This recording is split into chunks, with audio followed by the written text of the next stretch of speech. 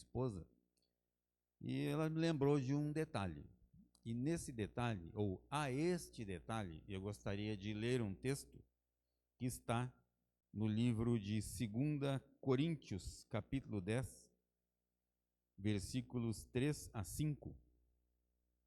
2 Coríntios 10, 3 a 5, que diz o seguinte: porque embora andemos na carne, não lutamos segundo a carne, porque as armas da nossa luta não são carnais, mas poderosas em Deus, para destruir fortalezas. Destruímos raciocínios falaciosos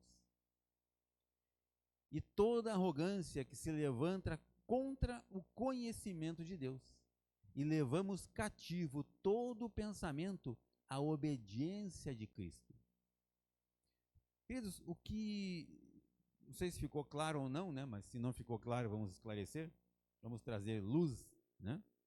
Quando fala em conhecimento humano, assim, isso de modo algum, o texto ele está desprezando o conhecimento humano. Está dizendo assim, ó, não precisa aprender mais nada, tudo que for humanismo não precisa mais aprender. Não, não é isso. Está dizendo o seguinte, que existem fortalezas que se levantam através do conhecimento humano, se levantam contra o conhecimento de Deus. É isso que o texto está dizendo. E a isso, então, ou contra isso, é que nós lutamos através da palavra. Existem fortalezas que se levantam. Imagina só, se for dizer assim, ó, não precisa mais ir para a escola. Não, não é isso, né? Ou então assim, só vou na escola na hora de comer o lanche, a merenda, né? Não é isso, né? Ou só vou para a escola nas aulas de educação física, também não é isso, certo? Esse texto, queridos, ele está dizendo o seguinte, ó, que existe o conhecimento humano e o conhecimento de Deus. E Deus, em sua infinita sabedoria, ele nos deu, através da sua graça em nós, nos deu sabedoria. Para, através do conhecimento, então, desenvolvermos coisas. Desenvolvermos as coisas. Criarmos as coisas. E quando isso é utilizado, não significa que o homem aqui é homem e mulher, né? Devam se ensoberbecer com isso. Mas sim considerar que esta sabedoria, este poder de Deus, que nos deu a sabedoria, então através disso, eu louvo a Deus pelo conhecimento que Ele me dá. Ficou entendível ou não? Algo bem, glória a Deus. Muito bem, queridos.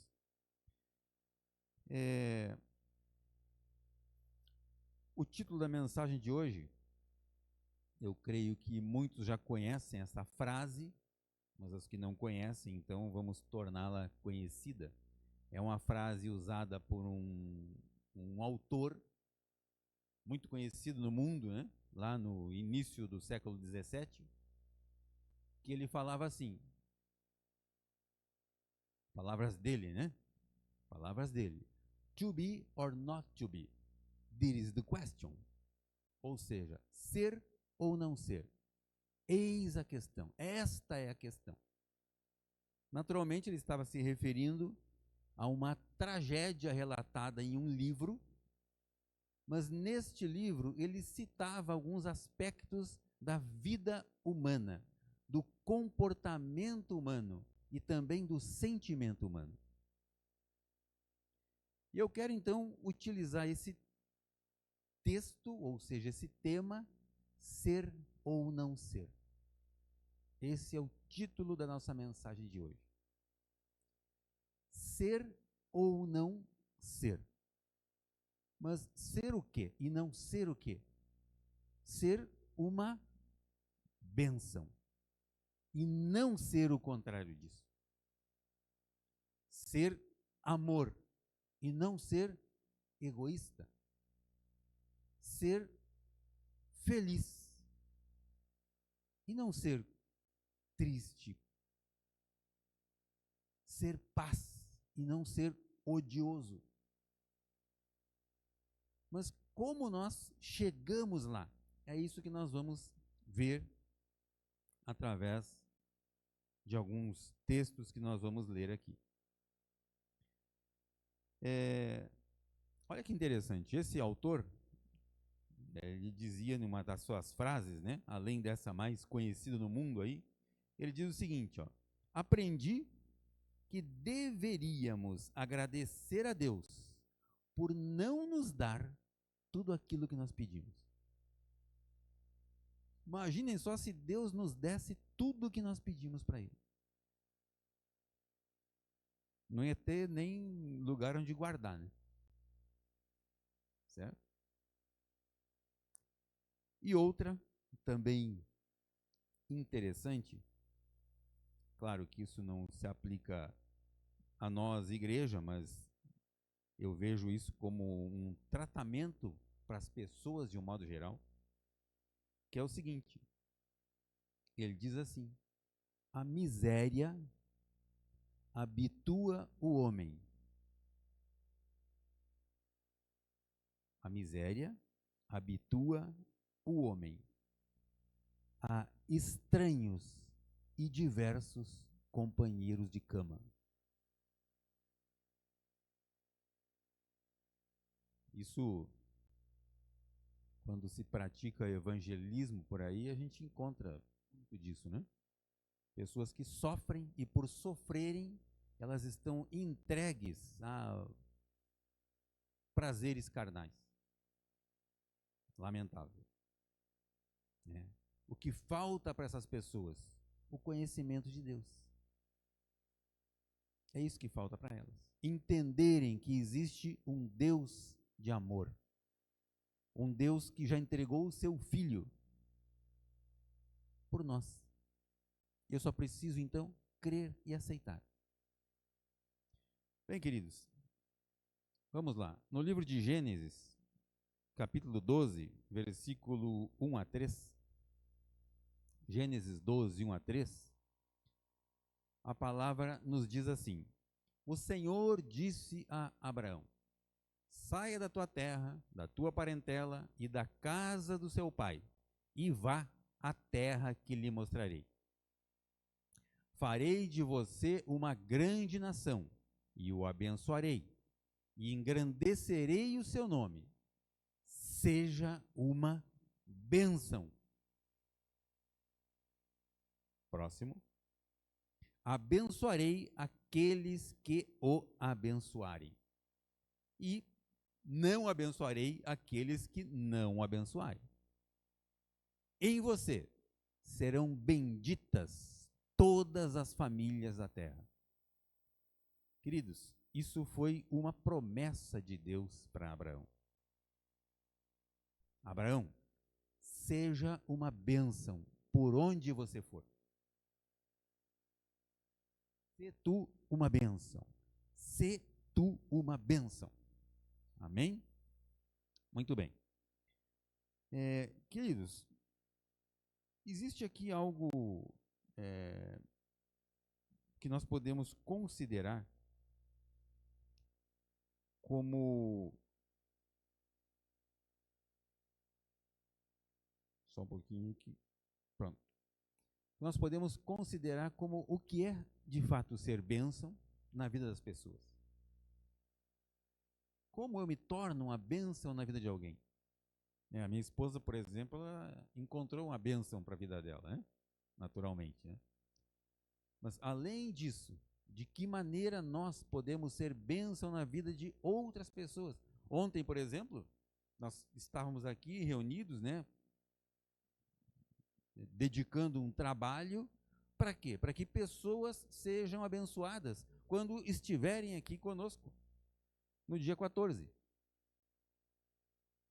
Ontem também a gente deu uma saidinha rápida aí, nós fomos até um local onde um grupo de motociclistas estava ali reunido, arrecadando alimentos para uma ação social que nós faremos no dia 12, dia da criança. Certo? Essas pessoas estão sendo bênção na vida de alguém. Pessoas serão abençoadas através desse ato, dessa atitude que eles tiveram. Talvez no conhecimento deles, né, eles estão fazendo uma obra, estão abençoando através de obra. Nós somos abençoados através da nossa fé. A nossa fé nos capacita a realizar boas obras, para que pessoas então sejam abençoadas através de nós. Por quê? Porque nós temos fé. E por isso nós praticamos obras. Muito bem. Livro de Gálatas, capítulo 5, Gálatas 5, versículo 15 até o versículo 16, perdão, 16 até o 24, nós vamos ler.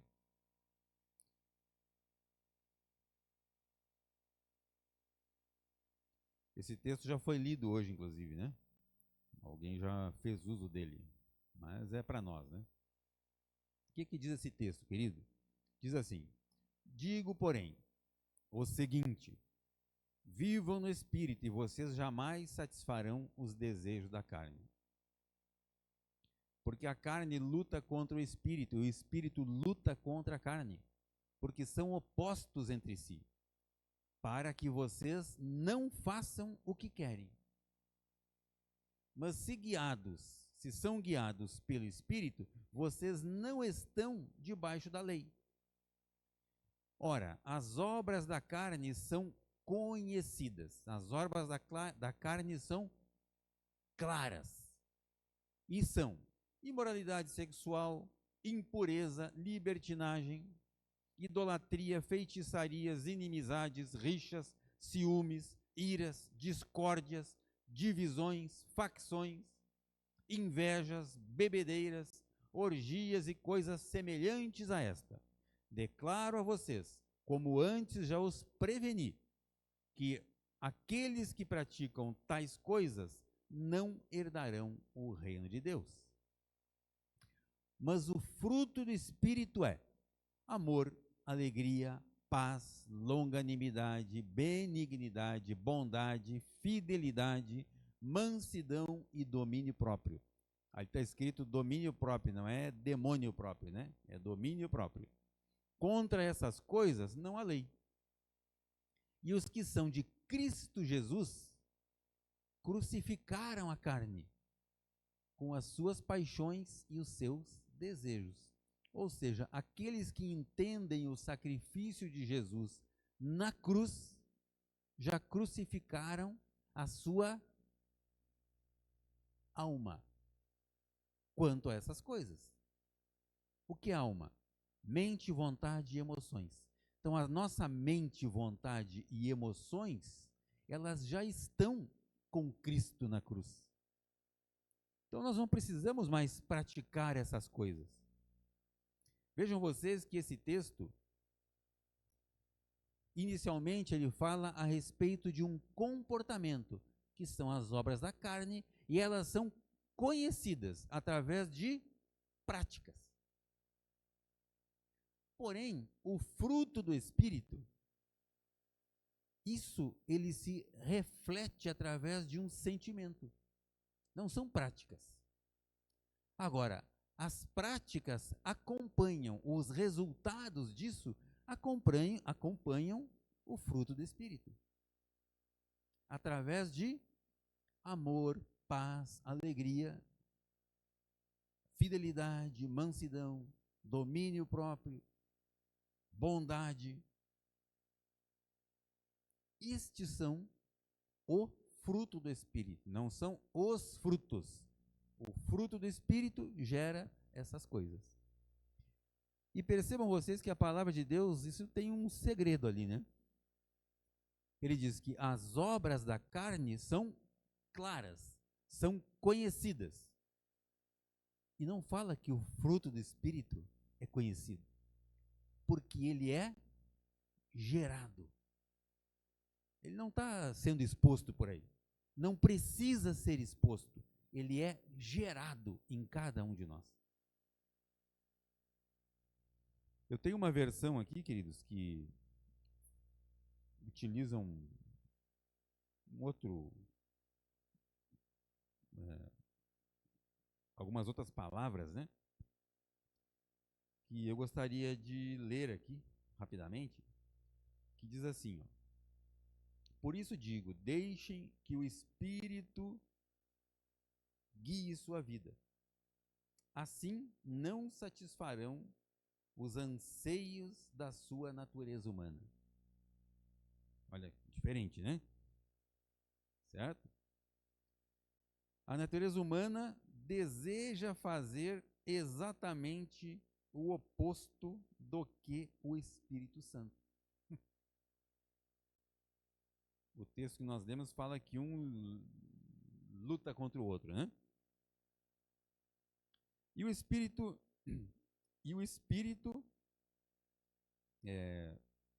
nos impele na direção contrária àqueles desejos pela natureza humana.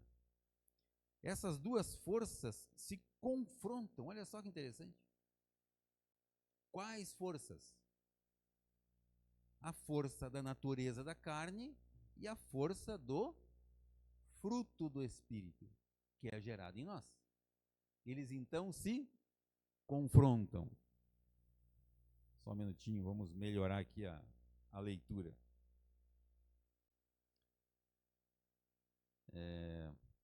Essas duas forças se confrontam, né? Já lemos. E sumiu daqui de novo. Vamos lá. Se confrontam o tempo todo, de modo que vocês não têm liberdade de pôr em prática o que intentam. Quando, porém, são guiados pelo Espírito, não estão debaixo da lei. Quando seguem os desejos da natureza humana, os resultados são extremamente claros. Olha só. Os resultados são extremamente claros. Por quê? Porque eles são conhecidos. E aí segue, né? Tá? Aí diz assim: mas o Espírito produz este fruto. O Espírito produz um fruto. E relata o fruto aqui, né? Aqueles que pertencem a Cristo Jesus crucificam as paixões e os desejos de sua natureza humana. Uma vez que vivemos pelo Espírito, sigamos a direção do Espírito em todas as áreas de nossa vida. Então, queridos, aquilo que foi definido como obras da carne, natureza humana, né? Isso existe duas forças, uma força interior e uma força exterior. A força exterior é aquilo que o mundo considera como habitual, normal, natural. O mundo natural considera essas coisas naturais. Porém, aquilo que está no nosso interior, aquilo que está no nosso espírito, luta contra essas coisas. Aquilo que está no nosso espírito faz com que nós deixemos para trás essas coisas. Deixo para trás, não preciso mais disso. Deixa para lá, morreu, está enterrado. É isso que o texto está dizendo, certo? Vamos lá de novo aqui. Gênesis, lemos Gálatas, né? De novo, Gálatas 5:25. Gálatas 5:25, por favor. Olha lá. Se vivemos no Espírito, andemos também no Espírito. Porém, queridos, se eu vivo no Espírito eu devo andar também no Espírito. Aí pode ser uma coisa assim meio contrastante, né? Espera um pouquinho, mas se eu vivo no Espírito, então eu ando no Espírito. Sim e não. Por quê? Viver no Espírito é diferente de andar no Espírito. A Sara estava comentando a respeito de uma aula, né, da Fatemi ali, que ela citou hoje aqui. E eu lembro dessa mesma aula, acredito, ter falado sobre isso também. Nós vivemos no Espírito, porque todos nós que aceitamos a Jesus como nosso Senhor e Salvador, todos nós que recebemos o Espírito Santo, então nós já vivemos no Espírito. Naturalmente, o Espírito Santo, ele habita em nós. Isso nos capacita, nos possibilita a viver no Espírito. Agora, eu ando no Espírito quando eu desenvolvo o fruto do Espírito através da minha vida. Não só na minha vida, mas através da minha vida eu desenvolvo esse fruto, que é amor, paz, bondade, benignidade, mansidão, alegria e domínio próprio. Se eu pulei algum aqui, perdão. Então, queridos, tem pessoas que vivem no Espírito, mas ainda continuam praticando as obras da carne? Sim, existe. Porque elas não compreenderam ainda a grandiosidade que é você viver no Espírito e, através do Espírito Santo, você poder andar no Espírito, praticando o fruto do Espírito através da tua vida. Totalmente diferente. Aqueles que ainda não alcançaram isso, precisam ter a sua mente renovada. A palavra fala em nascer de novo. E é verdade. A pessoa precisa nascer de novo. Quando existe, então, o novo nascimento, ele passa a compreender essas coisas. Então, essas coisas que pertenciam ao seu passado, de fato, já ficaram no passado. Aí, através da minha vida, através do Espírito Santo, agindo na minha vida, eu consigo fluir este fruto. E mais, eu não guardo isso só para mim. Isso é compartilhado com as pessoas com quem eu me relaciono. Não só entre as paredes da igreja, naturalmente, que é muito fácil você ser crente, crentinho dentro da igreja. Mas e ali, do outro lado da rua? Também ou não? No meu trabalho, também ou não? Em casa, com a esposa, com os filhos? Ou em casa, com o esposo, aleluia, né? Também, né? Claro.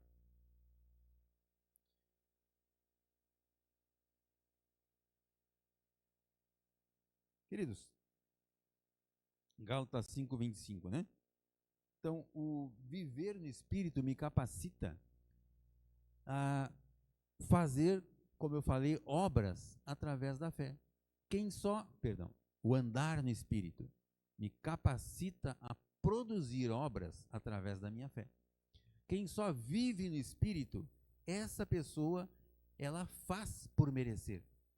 Então ela faz boas obras porque ela acredita que fazendo boas obras, praticando boas obras, ela vai ser abençoada. Mas ele já nos abençoou com toda a sorte de bênçãos nas regiões celestiais. E é exatamente lá que existe esse vínculo, essa ligação do nosso espírito com as regiões celestiais, com o Pai. Onde está o Pai? Deus, o Pai, o Criador. Jesus, quando ele foi assunto aos céus, ele nos enviou o Espírito Consolador, que nos fala, nos revela toda a verdade. E a verdade é essa, queridos. O homem não é abençoado pelas boas obras. Boas obras são importantes? Sim.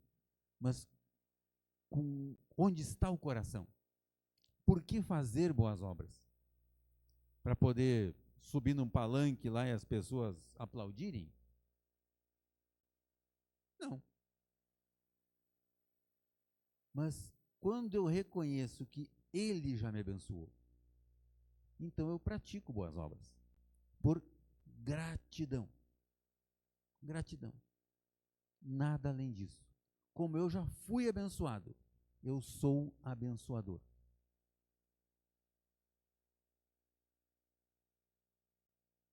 Eu já fui abençoado, então eu abençoo também. Muito bem. Queridos, eu quero falar a respeito de alguns então deste fruto do Espírito, né? Que é o amor. Ou seja, você manifestar o amor, você ser amável. Ser amável no seu interior. Se você tem amor, as pessoas que convivem com você, elas percebem esse amor. Né? Naturalmente, né? No livro de 1 João, capítulo 4, versículo 20, 1 João 4, 20, diz assim, ó, se alguém disser, amo a Deus, mas odiar o seu irmão, esse é mentiroso. Pois quem não ama o seu irmão a quem vê, não pode amar a Deus a quem não vê. Então, queridos, em primeiro lugar, nós precisamos aprender a manifestar amor pelas pessoas. Ontem tivemos um exemplo disso aqui, aconteceu aqui. Né? Estávamos aqui reunidos, né, trabalhando, para quê? Para que pessoas sejam abençoadas, pessoas sejam bem recebidas aqui quando chegarem aqui. Pessoas percebam o amor de Deus através da nossa vida. Isso é manifestar este fruto do Espírito chamado amor. Ser amor. Ser amor. O outro chama-se alegria, né? Alegria, ou seja, você ser alegre no seu interior. Livro de Provérbios, capítulo 15, no versículo 13, Provérbios 15, 13, diz assim, o coração alegre embeleza o rosto. Isso é para as irmãzinhas aí, né? Não precisa nem fazer botox, fazer aquele plástico, esse negócio aí, nada. Nada disso, certo? Tudo obra da carne, certo? Deixa para lá isso aí. Usa esse fruto do Espírito aí que não precisa fazer nada disso, certo? O coração alegre embeleza o rosto, olha só. Coitado dos, dos cirurgiões plásticos aí, né? Se as mulheres entenderem isso, pronto, vamos perder a profissão, né? Com a tristeza do coração, o espírito se abate. Naturalmente que quando o texto fala em espírito, ele está falando de coração. Então, quando um coração que também é considerado como espírito triste, não só o nosso coração natural, como o nosso coração espiritual também ficam abatidos. Com isso, queridos, eu preciso ser alegria e entender isso na minha vida. Tem pessoa que você olha assim, não precisa nem fazer cócegas, né, para ela estar sorrindo, né? Pessoas que naturalmente assim têm um sorriso no rosto, né? Tem uma luz, é diferente, né? Você olha assim, você percebe que é uma pessoa alegre. E já em outros casos assim, né, você consegue perceber tristeza no semblante da pessoa. Não porque ela queira naturalmente, talvez algo esteja colaborando para isso. E aí que entra a função da igreja, como corpo de Cristo. Nós que somos os membros do corpo de Cristo, precisamos aprender, precisamos ter essa capacidade de identificar isso e levarmos o amor, que é um fruto do Espírito, a essas pessoas. Através da nossa vida, pessoas precisam receber esse amor. É como o amor está aí, queridos, né? Love is on the air, né? Aquela música antiga lá, né? O amor está aí. O que eu preciso fazer para captar? Eu só preciso sintonizar. E tem gente que não tem o botão da sintonia dele, já está quebrado. Nós precisamos chegar lá e consertar esse botão da sintonia nessas pessoas, para que eles possam, então, captar, receber esse amor. Isso é papel nosso, é papel da igreja fazer isso. E claro, se eu for apresentar Jesus para alguém, eu preciso demonstrar alegria. Senão, se for para ser igual a ele, para que ele precisa de mais um, né? Para se juntar a ele? Não, ele precisa de algo diferente, algo que ele não conheça. E o nosso Deus é um Deus de alegria. Tem um outro texto também que fala sobre isso, que está lá em Gálatas 5:22. Acho que nós já lemos, né? Gálatas 5:22, exatamente, ó. Mas o fruto do Espírito é amor, alegria e paz. Fruto do Espírito, queridos. Alegria. Ok.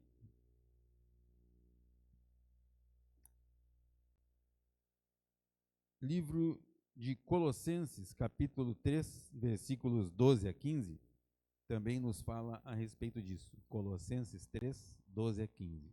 Olha só. Portanto, como eleitos de Deus. Quantos somos eleitos de Deus aqui? Amém, né? Santos e amados, revistam-se de profunda compaixão, de bondade, de humildade, de mansidão, de paciência. Suportem-se uns aos outros. Suportar aqui não é assim, não é aturar a pessoa, né? Aturar no sentido de suportar ela, mas dar um apoio para ela, dar um suporte para ela. Suportem-se uns aos outros e perdoem-se mutuamente. Caso alguém tenha motivo de queixa contra a pessoa, assim como o Senhor perdoou você. Todos aqui entendemos que já fomos perdoados? Que já recebemos esse perdão? Ok, então nós também devemos perdoar os outros da mesma forma, da mesma maneira. Ok? Legal. Isso, queridos, nos traz paz. Esta é a paz. Quando Jesus falou, né? Deixo-vos a paz. A minha paz eu vos dou. E não é a paz que o mundo dá, mas é a paz de Cristo. Uma paz centrada em amor, em bondade, em benignidade, em mansidão. Esta paz, a paz de quem, e somente quem, já recebeu o perdão, quem sabe que ele já me perdoou. Os meus pecados foram perdoados. Eu recebi esse perdão. então eu tenho paz. Tem textos que falam a respeito de um escrito de dívida, ou seja, havia uma dívida e essa dívida estava escrita, relatada. Aí veio então Jesus. Deus enviou o seu Filho para que ele então pagasse esta dívida. E aquele escrito de dívida foi apagado da sua vida. Então, se antes você tinha preocupação por conta dessa dívida, hoje você tem paz. Você não deve mais nada. Ele já pagou o preço. Então, pessoas que entendem isso vivem em paz. A paz de Cristo. Esta é a paz que nós temos. Inclusive que ela excede o nosso entendimento. Porque, queridos, exceder o entendimento é independente da circunstância ou da situação. Você tem paz na sua vida. Ah, pastor, mas eu tenho uma conta que vai vencer dia tal e ainda o meu recurso não chegou até lá. Tenha o quê? Fé. E isso vai trazer paz para você. Tenha fé. Isso vai trazer paz. Declare sobre este boleto, sobre essa conta, seja lá o que for, declare. Já está pago. Está quitado. E assim será. Isso traz a paz. Vamos lá. Lemos Colossenses 3, 12 a 15, né? Romanos, livro de Romanos, capítulo 5, versículo 3 a 5.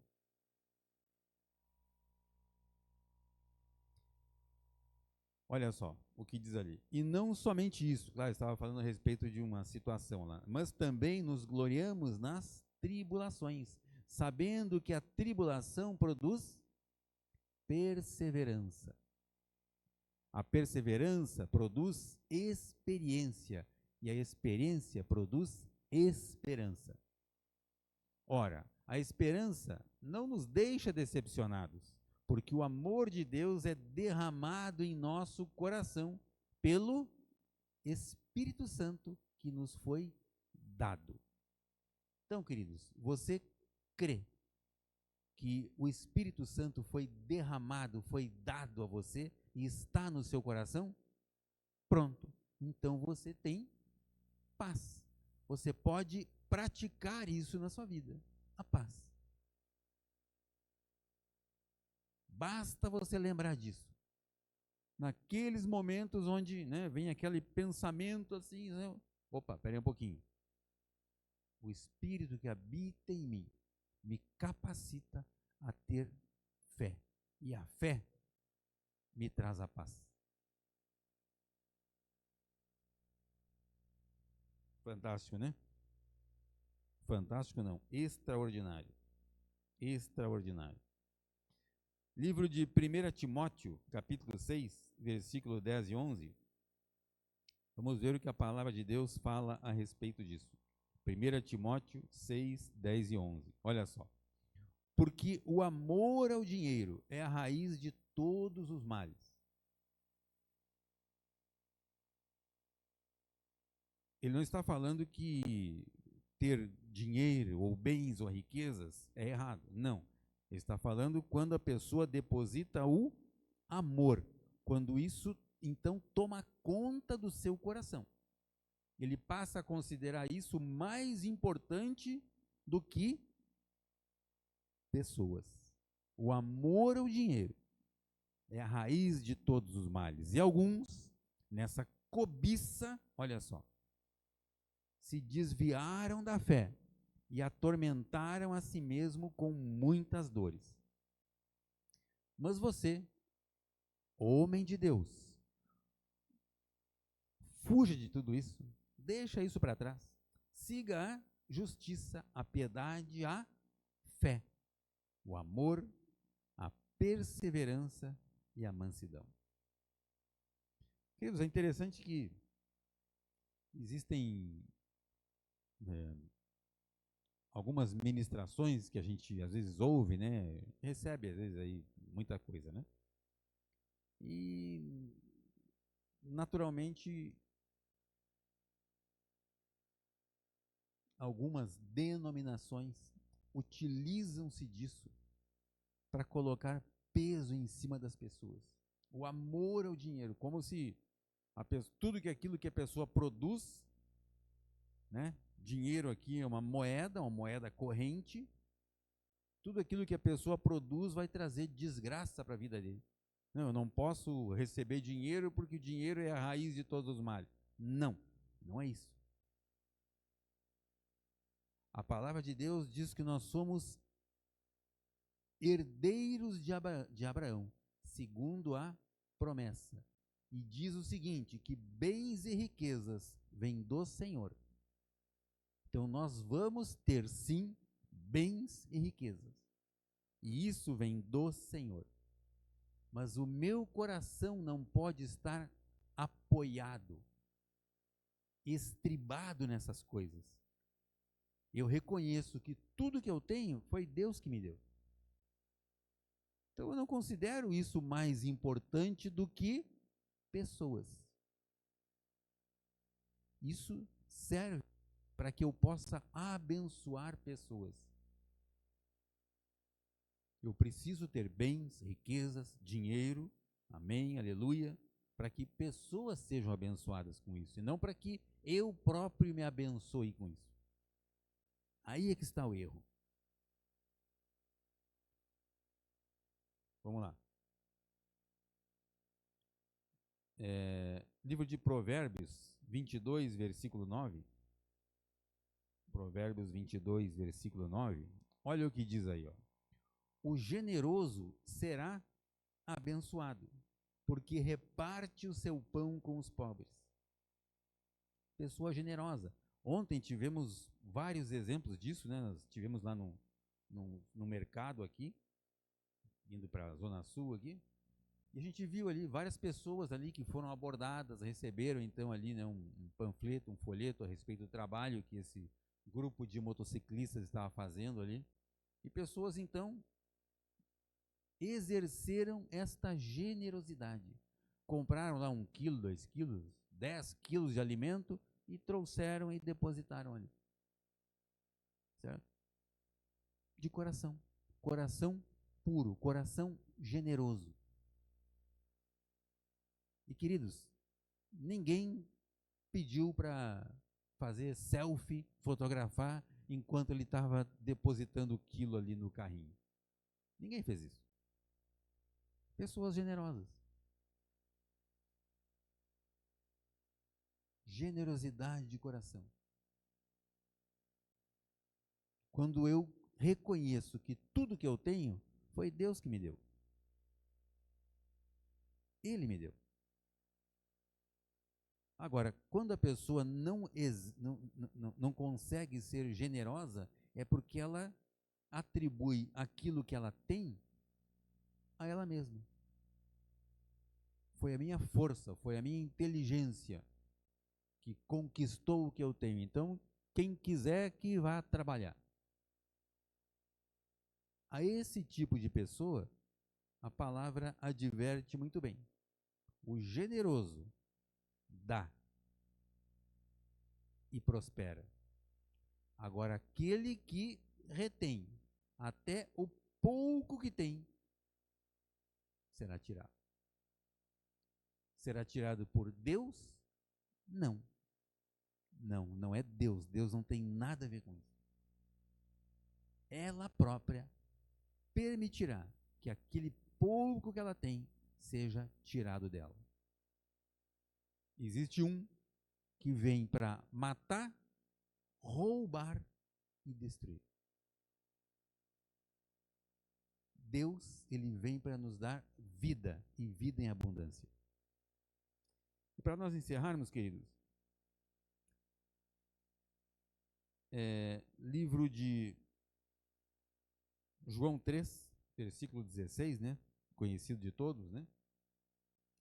Que diz o seguinte: porque Deus amou o mundo de tal maneira que deu o seu Filho unigênito, para que todo o que nele crê não pereça, mas tenha vida eterna. Então, queridos, Deus, ele é amor. E o amor, ele é doador.